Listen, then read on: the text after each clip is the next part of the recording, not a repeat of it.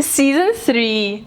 Welcome back to another week and another episode. Our previous 2 seasons have been really amazing, and we've been able to share a lot of our journeys and share a lot of wisdom.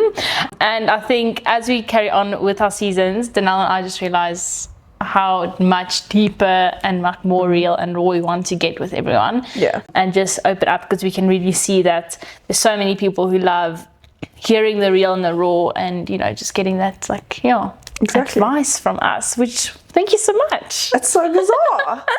So the topic for the season is Unfiltered and Unafraid.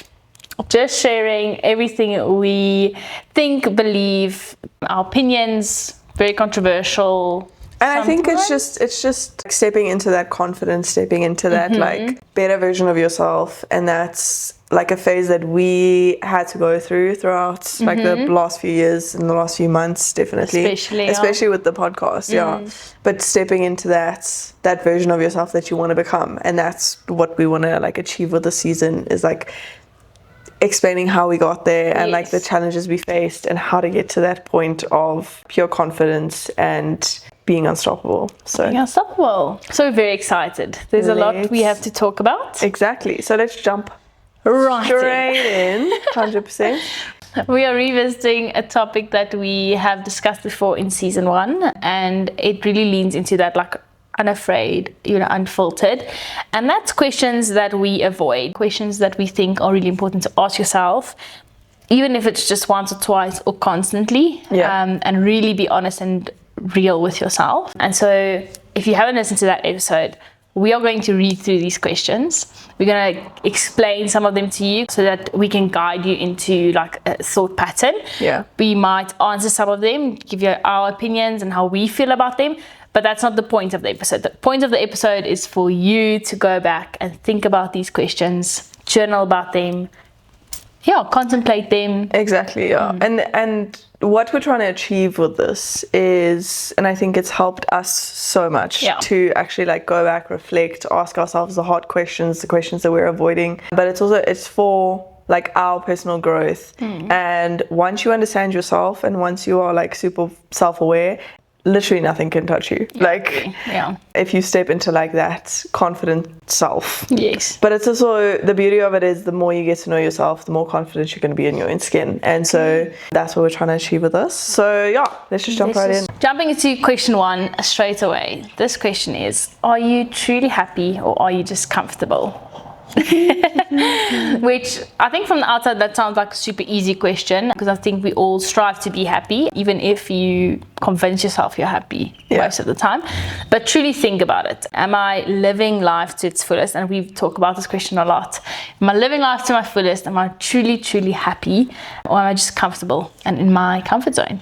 So I think if you are comfortable, or you get into a headspace of just living in your comfort zone, then after a while you kind of you stop chasing things, and it's just so safe. And it's so interesting, because I saw a video the other day that basically explained that the more you put yourself in discomfort and uncomfortable positions, the better you handle those situations. But if you are constantly living in comforts, then you're basically training your brain to not be able to deal with those things, which I think is very interesting. Very interesting, lots to think about. You stop chasing the things that excite you. You stop chasing things that inspire you.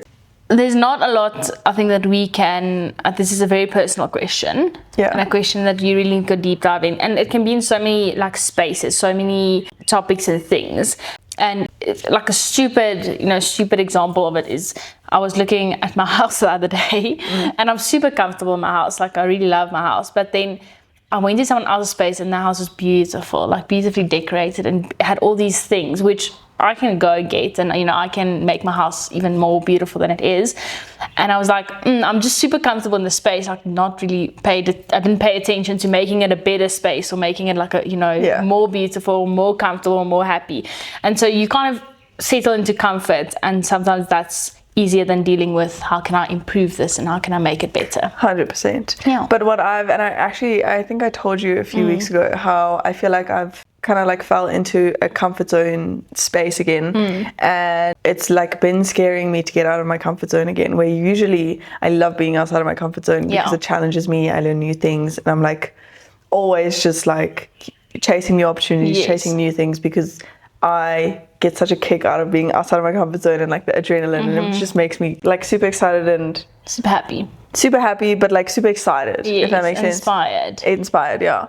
And now I'm in a space where I haven't been challenging myself enough, and I'm like very much in a comfort zone, and now it's like starting to get scary for me to get out of that comfort zone, which is so terrible because I kind of feel stuck, but I'm too scared to do anything about it type thing. So I think it's a question that we all need to ask ourselves every now and then. 100%, yeah. Am I actually trying to get out of this space, or is it what do I want to change, or what do I want to chase, whatever? Like, are you just comfortable, or are you happy? Truly happy. Yeah. And I think just like you said, you get so used to your space, and it's a good example. You get so used to your space. It's like if there was a pile of junk in your house, after a while you kind of just live around it, whatever, it doesn't exist anymore, because you just become so comfortable. And at some stage you kind of have to like clean it up and get your shit together. So question 2 is, if no one was watching, would I still be living my life the way that I am?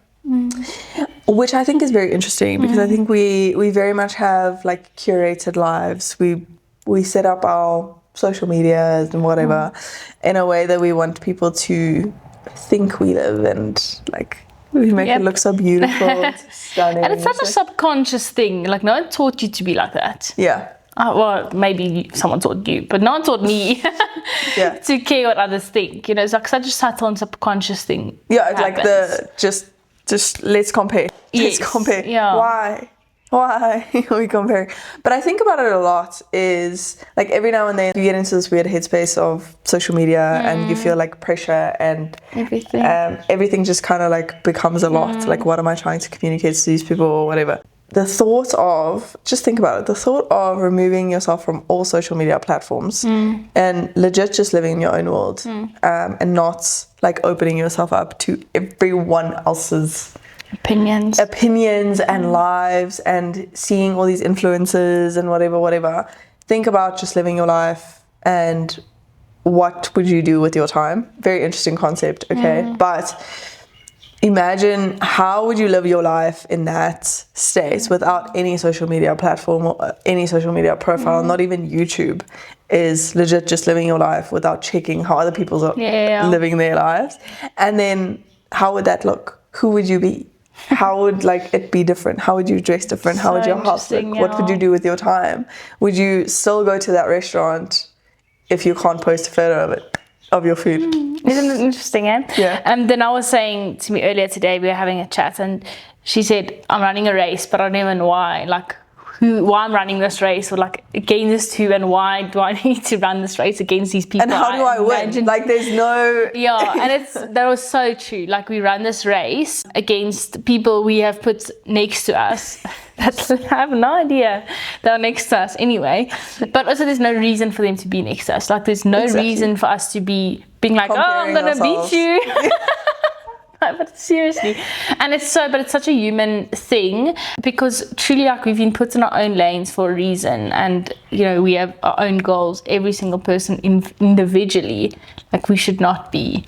How is it going to help you to compare your life to someone else's life? Yeah. Now, I understand, like, sometimes it motivates you, fair enough, I get that, but be motivated for your own growth. Don't be motivated to be able to have a life that looks prettier. Yes, or prove something to someone or whatever. No, I'm sorry, that's a little pathetic. Pathetic. It's so pathetic, but it's true. Like, really... I think we fall into it so easily. You don't even realize. No, like you said, it's a subconscious thing. And it's true, like, this question has challenged us a lot since we first, talked about this, Danielle and I. And it makes you think that if I really truly was isolated, if I was living on an island, like, you can't imagine a life like that. And I think we sometimes forget that we can truly live a life like that. We can truly live a life where we don't care who watches. We can do what, we can live the life and live it fully as we want. Yeah, it's a very weird concept. I think, like, us growing up in a very social media, like, focused time, it's really hard to even imagine my life without any social media. What would I do with my free time, guys? But maybe that's the point. Exactly. No, it sounds amazing, don't get me wrong. Having that life excites me so often that I'm like, oh, maybe one day. Maybe. And I know people who don't have any social media and have never had any social media, which I just think like, wow, I want to be like you. Yeah, when I grow up. Truly, yeah. 100%. I agree. Question 3. What am I pretending not to know? So what are you pretending not to know?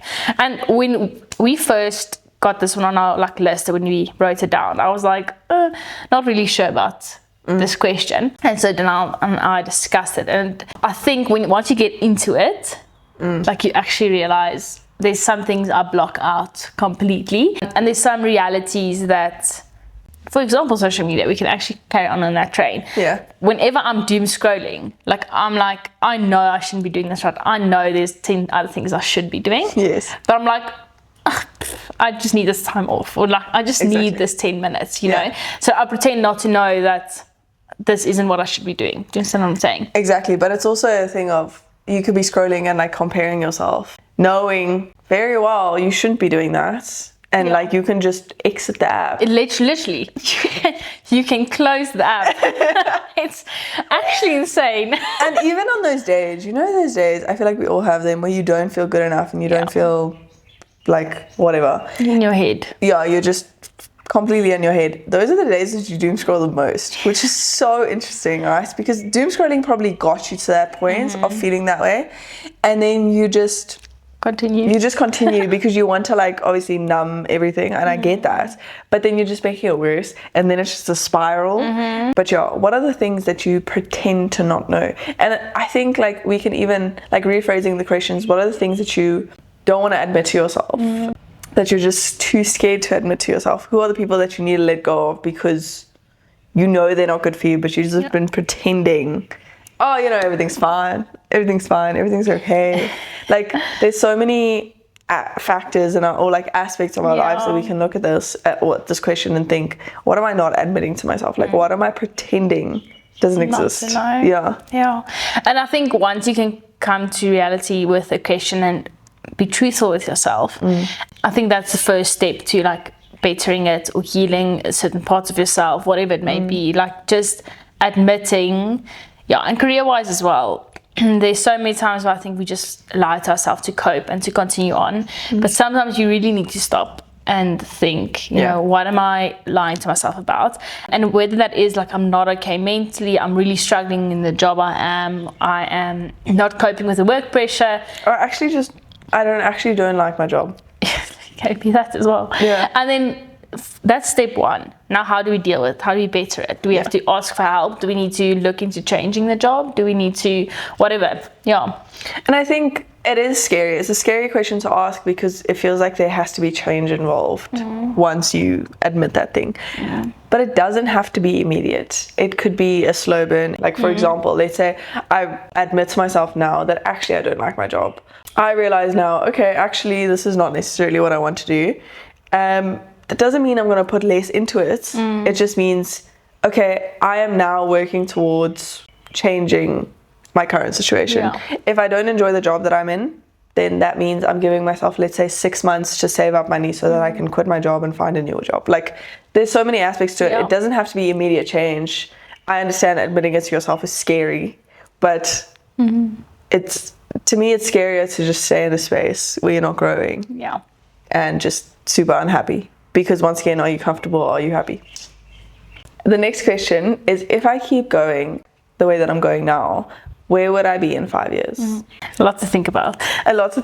But it's also, if you don't like the answer, if you think about it now and you think, okay, this is me now, this is what I'm doing. Let's imagine yourself in 5 years. Are you happy with that answer? Yes or no? And then if it's no, then something has to change right now. Because the little things are going to compound over time. Or even if it's just deciding, okay, my route I'm going is not where I need to be going. So what can I change in the future, now, whenever, to get to where I want it to be? And a lot can change in 5 years. Let's be very realistic. A lot can change. Next month my business can change. In 2 years my business can change. But keeping focus on where you want to go, ideally, it's just a good, like thing to think about every now and then, because nothing is set in stone, but it kind of gives you like a direction. And I think this is a difficult question because there's a lot of aspects to it. It can be personal, career, like it can be all of it together as a whole. Think about it like the best version of myself, or the version of myself that I'm trying to become, or my future self. How am I going to become that version? And basically, what changes am I going to implement now to become that person that I want to be in 5 years?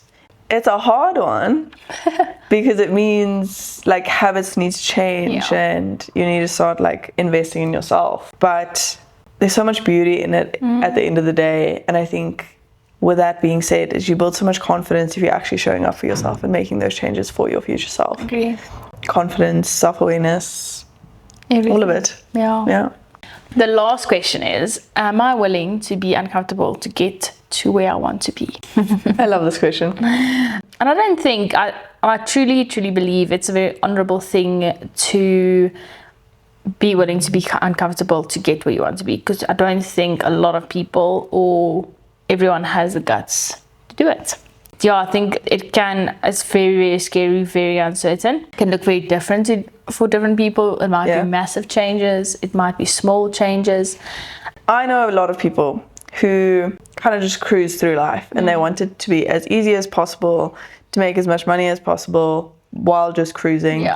Basically keeping their life quite simple and not having a lot of challenges, not chasing a lot of opportunities, not chasing really anything at the end of the day, kind of just surviving, which I think is quite sad, because like surely you have to have something to be excited about, and I'm sure like you still can do, there's still a balance, but you could go either way. Do I want to better myself? Do I want to level myself up? And to get to that point, unfortunately, I have to put myself in uncomfortable positions to become this person that I want to be. And you don't have to put yourself in those positions. You don't have to put yourself in uncomfortable positions. You don't have to grow, but then you're not going to grow. Like you're just going to stay in the same space, which is fine. But it depends on what you're chasing. And I think anyone who is driven, anyone who is ambitious, like has to put themselves in uncomfortable positions. And it's fun, guys. I love it. It's fun. No, I agree. There's a lot to like, there's a lot of beauty in it. The first few times it's really scary. I think we've chatted about it a few times where like the first few times it is not easy. So scary. And slowly but surely you build up more courage, but you also realize that I'm not going to die if I embarrass myself. Like, world's not going to end. It's fine. You have to be cringe. Honestly, life's too short to not be cringe. That's what I'm trying to say. Cringe is all in the perspective. Exactly. It's all just a perspective. Eye of the beholder. Exactly.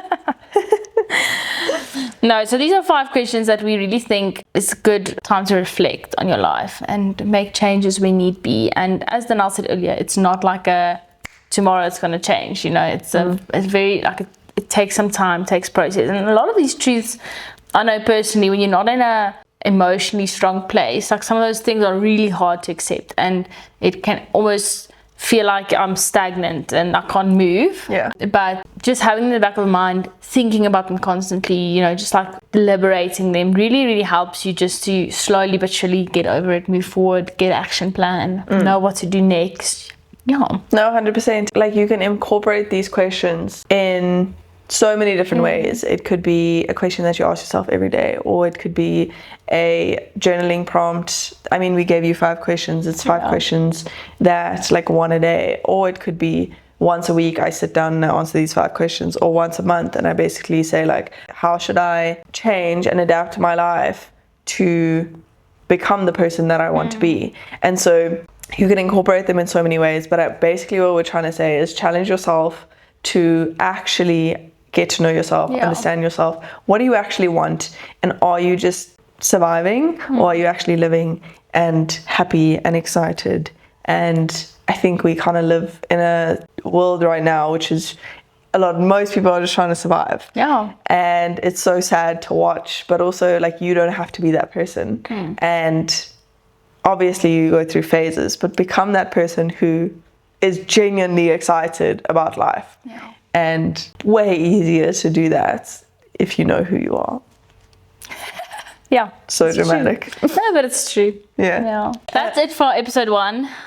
Thank you so much for joining. We have big plans this season, and we really hope you are along for the ride. Stick around, guys. Season 3 is going to be amazing. We have so many exciting plans.